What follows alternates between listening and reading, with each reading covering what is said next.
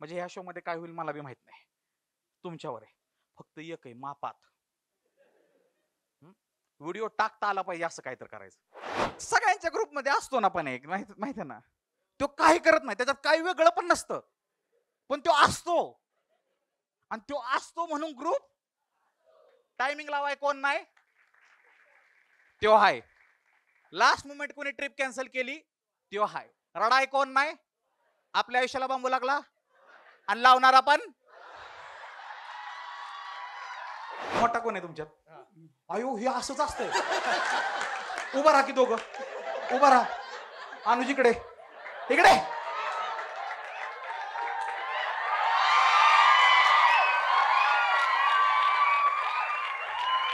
मी मोठा आहे, हा लहान आहे.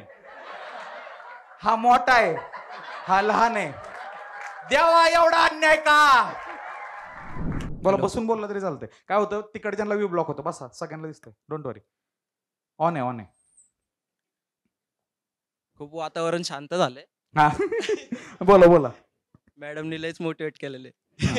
येस बोला. लय भारी किस्सा आहे शाळेतला. माझ्या मित्राचं पण नाव सौरभच आहे. आणि शिक्षकांचं नाव आम्ही ठेवलं होतं डोरीमॉन.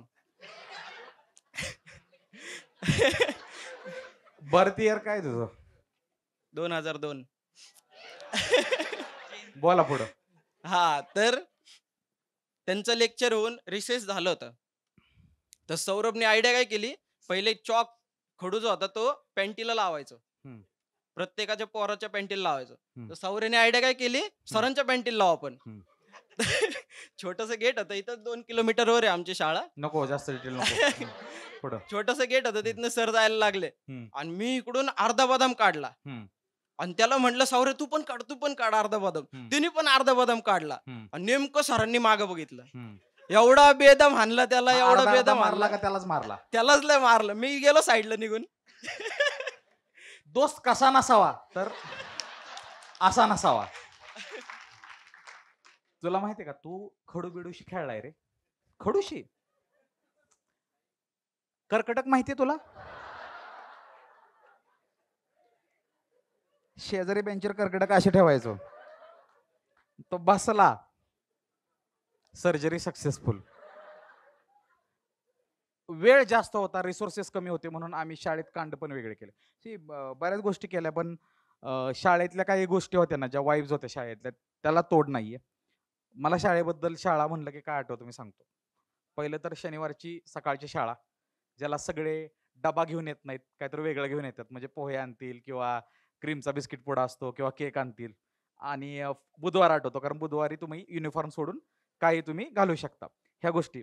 त्याच्यानंतर पसायदन आठवतं, आता विश्वास मके देवे, ठीक आहे. त्यानंतर शनिवारची सकाळची शाळा असते, जेव्हा प्रार्थनेला सगळे उभे असते, तेव्हा आम्ही मोजायचो, 1 पडला, 2 पडला, 3 पडला, चक्कर येऊन पडायचे ना. त्यानंतर आम्हाला शाळा म्हणलं की भोंडला आठवतो, जेव्हा भोंडला फक्त पोरींचा असायचा, पोरींचा भोंडला चालायचा, पोरं खिडकीतनं बघायची, आयो बर्गे कसली फुगडी खेळतीया. मॉनिटरचं इलेक्शन असल्यावर आम्हाला कळायचं आपलं कोण दुसरं कोण. शाळा म्हणलं की कौलारू नाही का, ती शाळा आठवते. एकाच नळानं 10-10 लोक पाणी प्यायची, हायजीनचा विचार करत नव्हती. शाळा म्हणली की जात धर्म पंथ गोत्र काय नव्हतं, सगळ्या सणाला सगळी यायची. शाळा म्हणली की आम्हाला कुठला प्रोजेक्ट कंपल्सरी दिला नव्हता. विज्ञान प्रदर्शनात निम्म्यांचा प्रोजेक्ट पवनचक्कीच होता. ही होती शाळा. आता मी शाळा म्हणली तरी तुमच्या पुढे शाळा उभा राहिली. शाळेतली खिचडी आहे, भात,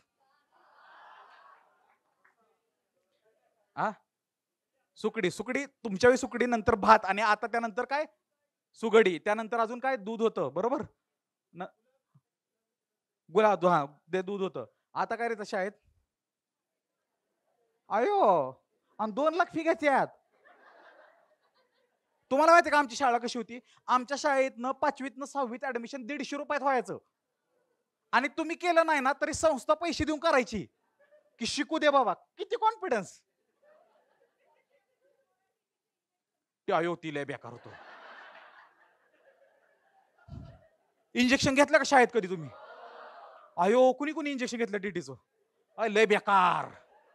माहिती आहे ना, तो लय बेकार विषय असतो. काय असतो, एखादा पोरगा आहे ना, एखाद्या मुली पुढे आहे ना, असं मी लय सिग्मा असं दाखवत असतो, आणि इंजेक्शनच्या वेळी तो मला कुठं काय होतंय, मला कुठं काय होते, जशी सुई आत घुसती. तुमच्या वर्गावर कधी रेड पडली का रे? रेड बॅगा वगैरे चेक झाल्यात का? काय काय सापडलेलं बॅगात? हा, पावडर पोराच्या डब्यात, अजून चिंचा पोराच्या डब्यात. Okay, yes. हा हा, म्हणजे रंगपंचमीला. अजून अयो, मोबाईल शाळेत घेऊन गेलता तुम्ही? काय काय आहे? बोरकुट. बोरकुट वॉज ड्रग. बोरकुट साठी कुठल्याही लेवलला जायची लोक. एक बोरकुट टिकत खायचं ते नाही का, लय वेगळंच होतं. मला काय आम टपका बोरकुट, अजून काय?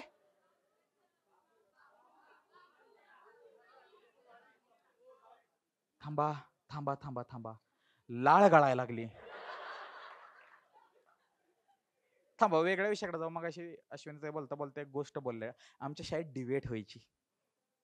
आज आपल्याकडे वेळ पण आहे, डिबेट घेऊया काय? किती लोकांना वाटतं पुरुषांवर अन्याय होतो? हात खाली घ्या. बघा, निम्म्या पुरुषांनी हात बिवर नाही केला. बघा तुम्ही, बघा. आमची कधी आमची होणार? तू बोल. किती लोकांना वाटतं स्त्रियांसोबत अन्याय झालेला आहे? हात वर करा.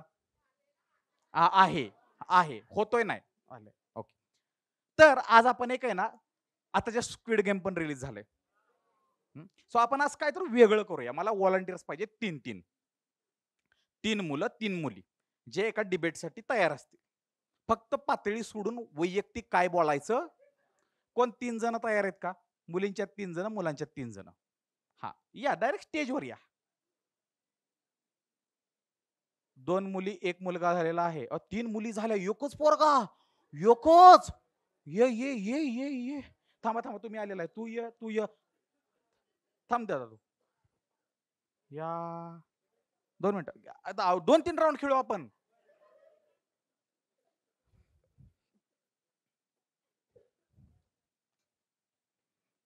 इथे या, ह्या साईडला. उजव्या हाताला आपले हे आणि हृदय आहे, तिकडे आमच्या माता भगिनी आहेत. ठीक आहे, नाहीतर परत म्हणतील बघा उजव्या हाताला पुरुषच घेतले. कशात बी प्रॉब्लेम ह्यांना. तर मी एवढं इझी तर काय ठेवत नाही. इथं एक माईक द्या. तर ट्विस्ट काय आहे? ट्विस्ट ट्विस्ट असा आहे की स्त्रियांनी पुरुषांच्या बाजूने बोलायचंय,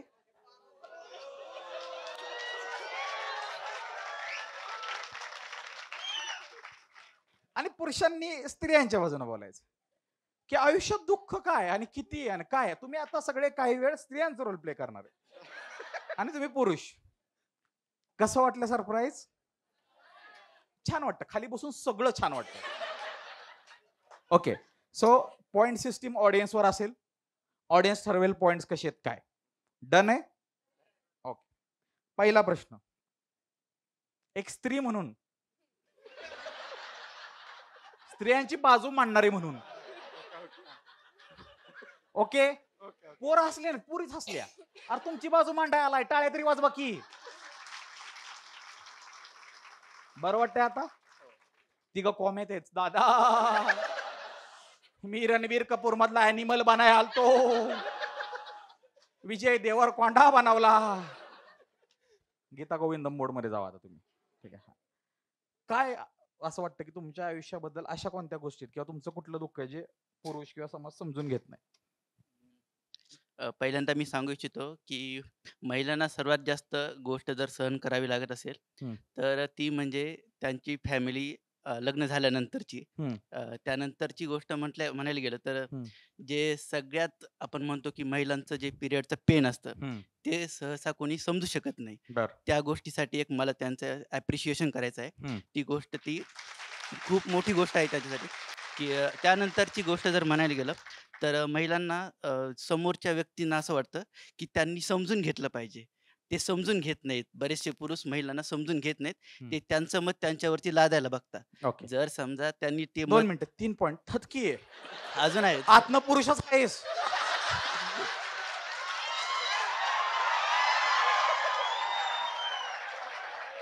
खरा मर्द आहे ज्या टीम मधनं खेळणार त्या टीमच्या बाजूने फुल लढणार.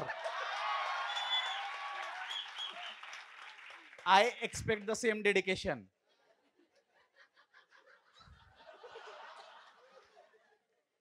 काय दुःख पुरुषांच्या आयुष्यात जे आम्हाला कळत नाही स्त्रियांना. बोला. त्यांनी लग्नानंतरचं सांगितलं, पण लग्नानंतर तेवढाच त्रास पुरुषांना पण होतो, की एक्सप्लेन करा. ती बाहेरून हा. ती दुसऱ्या घरून येणार आहे, आपल्या घरात ती कशी सेटल होईल. म्हणजे पुरुष एक मीडियम असतो, आई वडील आणि तिच्या मधला. मग सगळ्यांमध्ये कसं एकी कसं आणायचं.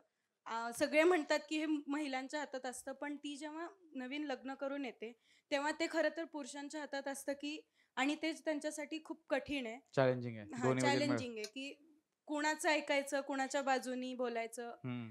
ते मग असं आपण खूप ठिकाणी बघितलंय, की असं म्हणतात की लग्न झाल्यावर पुरुष बायकोचं ऐकतो, पण त्याच्या मनात पण खूप असं हे असतं, द्वंद्व निर्माण कन्फ्युजन होतं. असतं, कुणाचं ऐकायचं, कसं समजून घ्यायचं. सो ते एक त्यांचं डिफिकल्टी आहे. धन्यवाद ताई.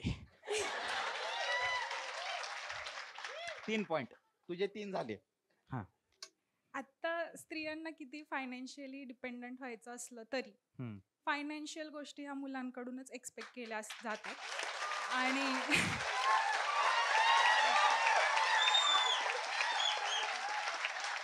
म्हणजे लग्न करताना मुलगी कमवत नसेल तरी चालेल, पण मुलगा चांगला पाहिजे, पॅकेज चांगलं पाहिजे, सगळं चांगलं पाहिजे असं. आणि दुसरं गोष्ट म्हणजे इमोशन्सचं म्हणलं तर दोघांनाही असतात. फरक इतकाच आहेत की मुली व्यक्त करतात आणि मुलं काही वेळाच काही लोकांकडेच व्यक्त करतात. वा वा. पोरं हो, टाळ्या वाजवा तुम्ही, सुट्टी देऊ नका. लग्नाचा विषय झाला तर लग्नानंतर जसं मुलींना बदलावं लागतं तसं लग्नानंतर मुलांना पण बदलावं लागतं. मला असं वाटतं मुलांसाठी जास्त डिफिकल्ट असतं, कारण मुलगी ना ऑलरेडी ज्या वातावरणात आली आहे ना, ती नवीन वातावरणात जाते, तिला तिथे जज करणारं कोणी नसतं.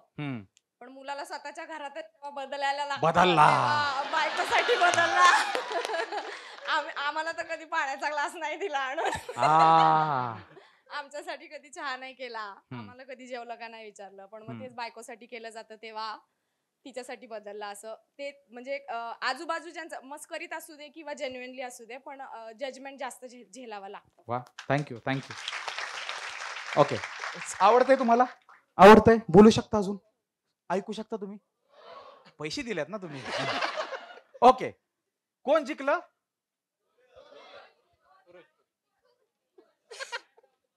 Late voting democracy. कॅमेरा आहे, तुम्ही आम्ही आता अनाऊन्स करणार नाही विनर, काउंट करणार कॅमेरात. ज्यांना वाटतंय की आपल्या दिदींनी पुरुषाची बाजू मांडली, ती बाजू स्ट्रॉंग होती, त्यांनी हात वर करा. दोन्हीला हात वर करू शकत नाही, परत एकदा बघा. ओके, ज्यांना वाटतंय की दादांनी स्त्रियांची बाजू मांडली, ती स्ट्रॉंग होती, त्यांनी हात वर करा. ठीक आहे. आणि ज्यांना वाटतंय की दोघांना एक एक पॉईंट मिळावा, त्यांनी हात वर करा. ओके, हात खाली घ्या. ठीक आहे, आता तुम्ही दोघंही बोलू शकता. ठीक आहे. मला म्हणजे बघा, स्त्रियांबद्दल पण आहे ना, ही गोष्ट खूप आवडते. खरं आता तुम्ही जरी पुरुषांच्या बाजूने बोलत असाल तर तुमच्या तिघींबद्दल मला आवडलेली गोष्ट सांगतो. तिघी पुढे आहेत, तिघींनी एकमेकाला बोलायचा चान्स दिला.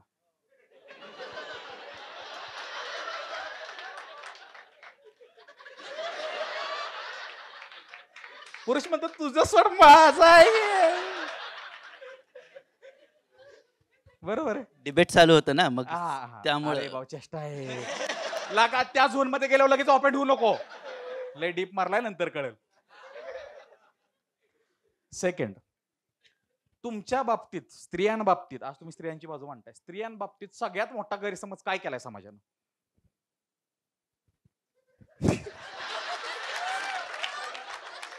विचार कर, काय विषय नाही, बोल.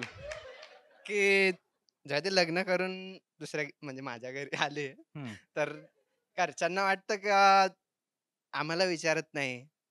स्त्री स्त्री म्हणजे विचारत नाही आई वडिलांना, बहिणीला, या गोष्टी. म्हणजे एक जजमेंट खूप हाय लेवलला जात एका वेळेस स्त्रीच्या बाबतीत.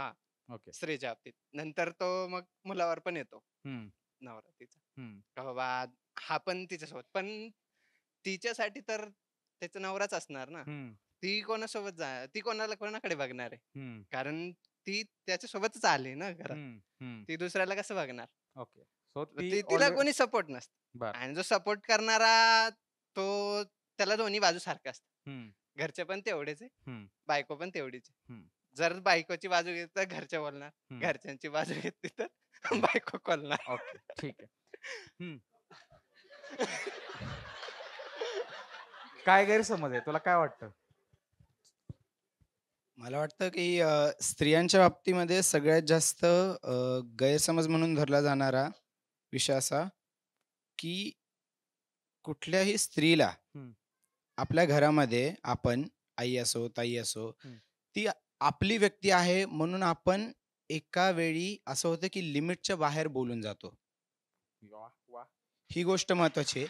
कारण कसं आहे, आता माझ्या वडिलांना 6 वर्ष झाली एक्सपायर होऊन, तर त्यामुळे घरामध्ये 3 बहिणी, आई, स्त्रियांचंच वातावरण होतं. तुझ्यापेक्षा भारी याबद्दल कोणच बोलू शकत नाही. त्यामुळं विषय असा की ताई सोबत वगैरे बोलणं चालणं हे तर कामापुरतं वगैरे तसंच व्हायचं.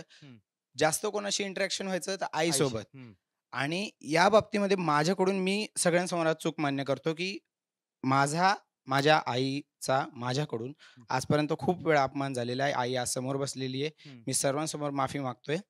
आणि सर्वांना मी हे सांगेन की नाही का, एक स्त्री कोणी असो, ताई असो, आई असो, घरामध्ये कोणीही स्त्री असो, ती स्त्री त्या घराला, तुम्हाला, इतर व्यक्तींना बांधून ठेवण्यासाठी त्या ठिकाणी आहे. भले ती तुमची ताई आज लग्न करून गेली जरी असली दुसऱ्या घरी, तरी माझी ताई लग्न झालेलं आहे, ती आमच्या घरामध्ये पण लक्ष घालते, तिच्या घरामध्ये पण लक्ष घालते.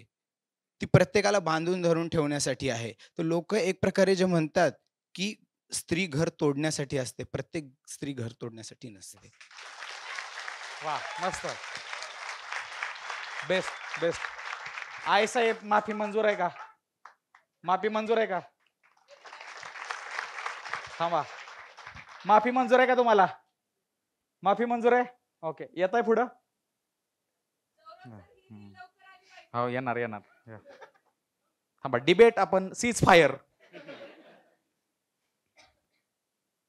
भाऊ, लय डेअरिंग लागतं हे करायला, लय डेअरिंग लागतं. तू यात आहे. हो, मस्त. तू ताई आहे त्याची. वा, मस्त.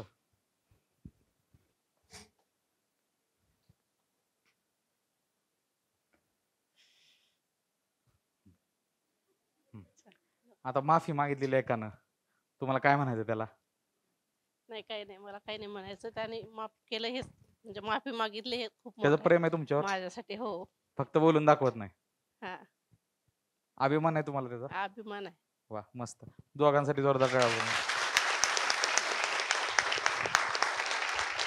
आजकालच्या काळामध्ये आईबद्दल, बापाबद्दल प्रेम व्यक्त फक्त स्टेटस मध्ये होतं. ह्या कार्यकर्त्यानं स्टेजवर येऊन आईची माफी मागितली एवढ्या सगळ्या लोकांपुढं. ला डेअरिंग लागतं. एका वाक्यात सांगतो, तुम्ही तुमच्या पोराला खूप भारी वाढवले, खूप भारी वाढवले. Thank you so much. Thank you so much. आहे, थांबा, अजून तो जिंकवणार आहे ह्यांना. परत एकदा टाळ होणार त्यांसाठी. मी म्हणलं नाही तर प्रत्येक जण हसत असतो रे, हसत असतो इथं सगळा, पण त्याच्या मागं काय चाललंय खूप कमी लोकांना माहित असतं. आणि हे सांगणं ह्याला डेअरिंग लागतं बरं का. हे तो त्यात आहे. ठीक आहे, तुम्हाला आहे चान्स सर अजून एक. येस, प्रश्न तोच. हा, तोच प्रश्न. काय गैरसमज आहे भाऊ? महिलांबद्दल गैरसमज दुसरा जर पाहायला गेलं, दुसऱ्या अँगलनी, पुरुषांच्या अँगलनी, महिलांच्या साईडनं बघायला गेलं तर प्रत्येक जण आता जर बघतो आपण, ट्रेंड असा आहे की महिलांनी कोणते कपडे घालावे आणि कोणते न घालावे, या बाबतीत महिलांना त्यांच्या ड्रेसवरून त्यांचे कॅरेक्टर ठरवलं जातं. तर तो खूप मोठा गैरसमज आहे. भलेही महिलांनी त्यांची चॉईस असते की कोणता ड्रेस घालायला पाहिजे, कोणता नाही घालायला पाहिजे. आजच माझ्यासोबत इन्सिडेंट झाला तसा, त्यामुळे मी ही गोष्ट इथं एक्सपिरियन्सली सांगते की त्यांना त्यांच्या चॉईसनं जर कपडे घालू दिले तर त्यांना एक फ्रीडम वाटतं त्या गोष्टीचं की मी हे ड्रेस घातले म्हणजे मी कॉन्फिडंट वाटते. पण पुरुषांच्या जर नजरेनं पाहायला गेलं तर त्यांनी जर तसे कपडे घातले तर ते म्हणतात की नाही, त्या मुलीचं कॅरेक्टर तसं आहे म्हणून ती मुलगी तसे कपडे घालते. बट तसं काही नसतं. बेसिकली जे आपण म्हणतो की मुलांच्या नजरेतच खोट आहे, ती खोट मुलांच्या नजरेत नाही, त्यांच्या विचारात खोट आहे. त्यामुळे ती तशी आपण त्यांच्याकडं बघायला जातो. एका वाक्यात सांगतो, आपलं कॅरेक्टर एवढं कधी स्ट्रॉंगच होऊ शकत नाही की आपण दुसऱ्याचं कॅरेक्टर काढू शकतो. प्रत्येकाच्या कॅरेक्टरमध्ये काही डार्क फेजेस आहेत ज्या रूम मध्ये तुम्ही जाऊ पण शकत नाही. खूप भारी, खूप भारी. थँक्यू. अजून एक पॉइंट, Yes. जेव्हा जेव्हा महिला जिकावणारच आहे. तुम्ही लोड घेऊ नका, मला तुमच्यावर लय विश्वास आहे. Yes, बोला. अ, जेव्हा पुरुष आणि समजा एक मॅरिड कपल आहे आणि जेव्हा स्त्री किचन मध्ये काम करते आणि पुरुष हॉल मध्ये बसून मोबाईल वरती रील्स बघत असतो सौरभ भोसलेच्या. इट्स ओके, चांगलं बघतोय, वाईट तर काय बघत नाही ना. हा, तर तिला अशी अपेक्षा असते की मला अजून 2 तास लागणार आहेत, तर याने जर मला मदत केली तर 1 तासात स्वयंपाक उरकल. पण तो त्या विचाराने नाही, तो म्हणतो ती करल, ती एकटी पण खंबीर आहे. ह्याच्यात ती दुसरी बाजू पण आहे. काय? मी मदत करायचं आहे पण मदतीनं डबल वाढावा होईल. 2 तासाला 3 तास लागतील म्हणून मी करत नाही. नाही, पण असू शकतं का नाही? पुरुषांच्या तुम्ही आमच्या बाजूने आहे, ओ. नाही, Noted. पुरुषांनी तसा विचार करायला पाहिजे की नाही की भले थोडा अर्धा तास कमी होईल पण तेवढीच माझी हेल्प होईल, तिलाही बरं वाटेल. आणि तेवढी जास्त भूक बी लागेल. हा आणि तेवढंही बरं वाटेल की तो मदत करायला ऍटलिस्ट मदत जरी नाही केली तरी तिथे जाऊन उभं राहून कंपनी तरी देतोय, ऍटलिस्ट ही तरी फिलिंग येत असते. ठीक आहे. तुझं लग्न लगेच ठरलं? लगेच तुझं म्हणजे हा व्हिडिओ आला ना का झालंय? 6 महिने झाले. बायको नवऱ्याचे नुसते स्टेटस ठेवणार आहे, माझा नवरा. फुल स्त्रियांच्या बाजूने बोललाय, सोट्टी नाही. 6 महिन्यामध्ये भाऊन direct PhD. Thank you so much. अनुभव बोलतोय. मी नाही कधी बोलणार.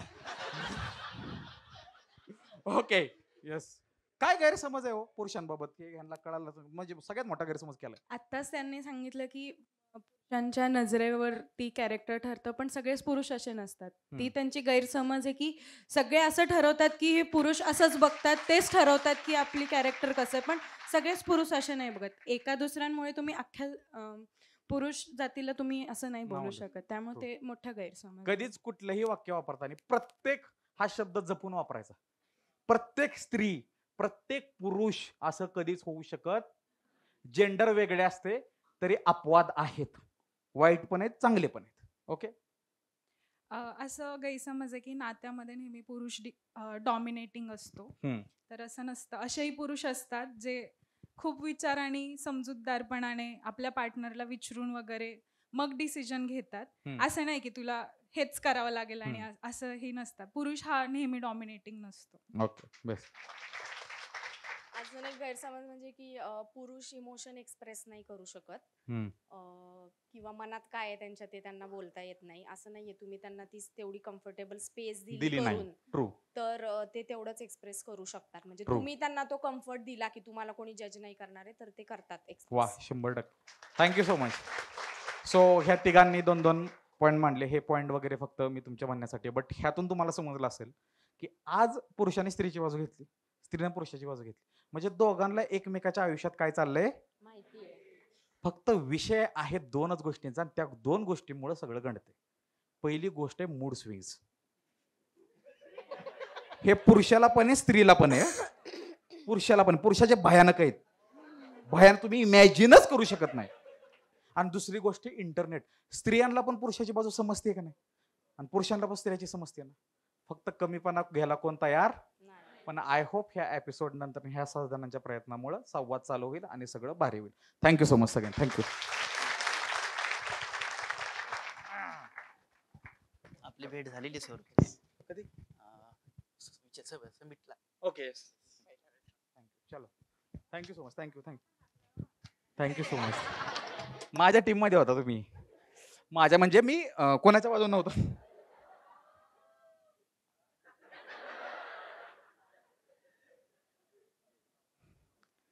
मजा येते का रे?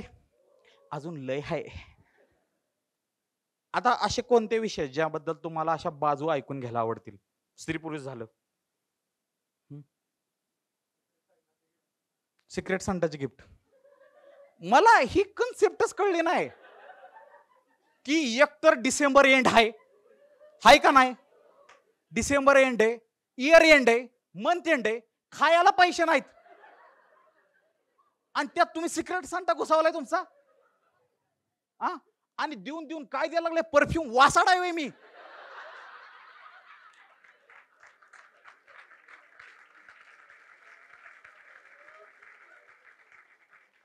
इचरा तरी काय देऊ, तुझी चिठ्ठी आली मला, काय देऊ सिक्रेट सांटाला? हुडी दे, पुस्तक दे, शूज दे. जॉर्डन एवढं नसतंय, पगार बी नाही तेवढा. बघा म्हणून पुरी इचरत नाही, मापाच्या बाहेर बोलतय. पण पुरी गिफ्ट हवं असलं, मला स्त्रीकडून हे जिकायचंय आणि समजून घ्यायचंय, त्या हिंट देत्यात, तुम्ही समजाय गंडता. बर्थडे आला की त्या हिंट देत्यात काय पाहिजे. स्त्रीला कधी सरप्राईज आवडत, स्त्रीला तिला माहित असलेलं सरप्राईज मिळल्यावर सरप्राईज आवडतं. थांबा, डिकोड करू. फॉर एक्झाम्पल, XYZ व्यक्तीनं रिलेशनशिप मध्ये नवरा बायको, तिला एक्सपेक्टेड आहे की हे सरप्राईज मिळलं पाहिजे, त्यासाठी इनडायरेक्टली तिनं स्त्री पुरुषाला सांगितलं. आणि हे पाहिजे, प्रेम ह्याच आहे, एकमेकाला गिफ्ट देणं ह्यानं वाढतं प्रेम. सो इथं काय जेंडरचा विषय येत नाही. पण हा आहे ना, हिंट घेण्यात आहे का नाही, जरा गंडका असतो. म्हणजे याला हिंटच कळत नाहीत.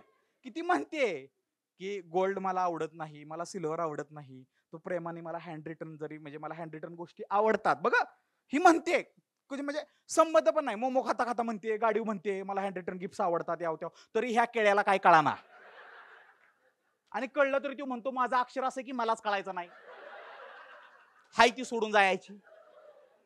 सो स्त्री कधीही सांगते की बाबा मला जे हवंय तू सरप्राईज म्हणून असं दे, मी ऍक्टिंग करणार, मला सरप्राईज मिळेल. आणि ही भारी पॉलिसी अशी मला वाटतं. पॉलिसी अशीच असावी, सरप्राईज पण असं असावं ज्यानं फायदा होईल. नाहीतर मला असे बरेच सरप्राईज दिले जे माझ्या अजून ड्रॉवर मध्ये पडून आहेत. ओके, किती लोक ऍग्री करतात या गोष्टीशी? ठीक आहे. किती लोकांनी हिंट दिली अशी की मला हे पाहिजे बर्थडेला म्हणून? छान, गुड, नाईस. मग अशी एक मॅम बोलले ना, पाटील मॅम, ते मला खूप भावलं आणि ते मला विचारायचं की लास्ट टाइम आई वडिलांच्या पाया पडलोय, कधी पाया पडलाय लास्ट टाइम? थांबा, खरं उत्तर पाहिजे. सकाळी कोणी कोणी पाया पडलाय वडिलांच्या? Okay, best. Yes yes. किती लोकांनी पडले सकाळी? परफेक्ट. ओके, खूप दिवस झाले पडले ना, हात वर करा. ओके, आता मी पुरुषाची बाजू सांगतो. मला पाया पडायचंय, पाया सोडा, मला बापाला मिठी पण मारायचे, पण मला व्यक्त होता या ना, आणि पायाला हात लागले तरी मला हे होतं. हे पुरुष समजू शकतो की पप्पा गाडीवर बसला तरी मी अर्धा फूट मागं बसतोय, मागं धरून, पप्पाला माझा टचच होऊन देत नाहीये. हे खूप वियर्ड आहे, तुम्ही समजून घ्या. हे लय वियर्ड आहे, लय वियर्ड आहे ह्या गोष्टी. आणि मे बी ह्यात सोसायटल प्रेशर पण खूप जास्त आहे, समजतंय? ह्यामुळे मी पाया पडू शकलो नाही, किंवा पाया पडलो तरी असा पडलेलो आहे की त्यांच्या चपलीपर्यंत हात गेलेला आहे, त्यांच्या अंगाला हात लावू शकलो नाही. असे किती लोक आहेत? ठीक आहे. पप्पांशी बरं आयुष्यात सगळं काय भारी चाललेलं, अचानक काहीतरी मोठं झालं आणि सगळ्या गोष्टी बिघडल्या, आणि मित्रमैत्रिणी गेले, सगळे गेले, आणि मला कोणाशी बोलायचं कळत नव्हतं. पण त्यावेळी वडिलांशी बोललो. असं कोण आहे का? वाह, भारत बदलतोय, वाह, भारी.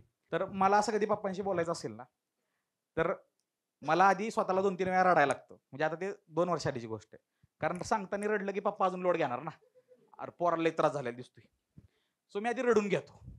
रडून घेतलं की माझं असं असतं की मी पप्पाला सांगितलं तर पप्पानी मम्मीला नाही सांगितलं पाहिजे, कारण मम्मी दिवसभर लोड घेणार. मम्मी बाबतीत मला एक गोष्टचं नवल आहे, आपल्या आयान बाबतीत किती भारी गोष्ट आहे रे. ज्या दिवशी, म्हणजे आपल्या आयांना मी म्हणजे नमन आहे रे, की ज्या दिवशी डॉक्टर म्हणतो तुम्हाला बेड रेस्टची गरज आहे, बाय 5 वाजता उठून कपडे धुती. जेव्हा डॉक्टर म्हणतो की तुम्ही रेस्टची गरज आहे, अख्खं घर झाडाय काढती. ह्याच्या मागची आपल्याला कधी ना गणितच कळलं नाही. कधी तुम्ही तुमच्या आईला रिकामं स्वतःशी संवाद साधताना एकटीला बघितलंय का? आयुष्यभर राबली, हे झालं की ते झालं की ते, पाहुणे रावळे, कपडे धुणं भांडी, ह्यो आला त्यो गेला, कधी शांत राहिली? मे बी त्यामुळेच मम्मीला आजारी पडल्यावर पण शांत बसू वाटत, आणि मम्मी शांत बसली तर घर बी शांत बसल, म्हणून मम्मी शांत बसली नाही.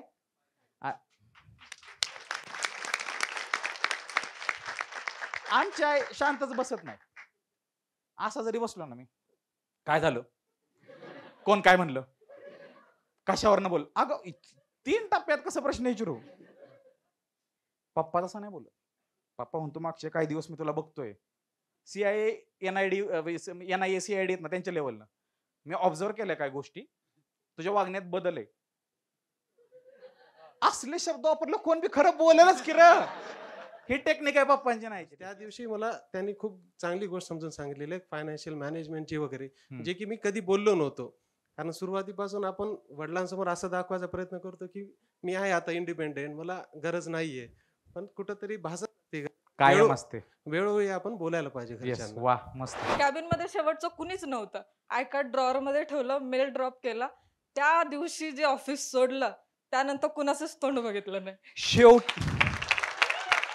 शेवटी बोलताना जो आवाजात आनंद होता ना, बघा मेल टाकायच्या आधी ताई अशा गेलत्या, आईवर फोन झाला, ही पावर असते. घरातल्यांनी 2 शब्द जरी बोलले ना बस